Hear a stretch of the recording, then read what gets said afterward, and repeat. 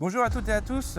Aujourd'hui, on est à l'abbaye de Saint-Benoît-sur-Loire avec Camille. Elle a une histoire atypique qu'on va voir dans pas très longtemps. Mais d'abord, elle a été construite en quelle année? Nous, notre abbaye de Fleury, ici, on dit qu'elle a été fondée vers 650. C'est un certain moine qui venait d'Orléans, qui s'appelait Léo de Bode, qui a voulu fonder sa propre communauté bénédictine ici. On remonte un petit peu le temps, on se Ouais. retrouve au 9e siècle. Et là, on a les Vikings. Les Vikings ont remonté la Loire. Et donc, à chaque fois qu'ils viennent, les moines, ils protègent ce qui est leur bien le plus précieux, c'est les reliques de Saint-Benoît. Ouais. Et il y a un Viking en particulier, c'est celui qui nous intéresse, qui s'appelle Reinaldus. On le voit pas tout de suite quand on visite pour la première fois l'abbatiale, mais on a dans une pierre, on a la gravure d'un visage, c'est celui de Reinaldus. Et Reinaldus, c'est un Viking basé en Normandie. Il va prendre la Loire, remonter et attaquer l'abbaye. C'est pendant cette nuit-là que quelque chose d'assez miraculeux va se passer, puisque dans son sommeil, Reinaldus, pendant la nuit, il va avoir un rêve, il va tourner plutôt au cauchemar, puisqu'il va voir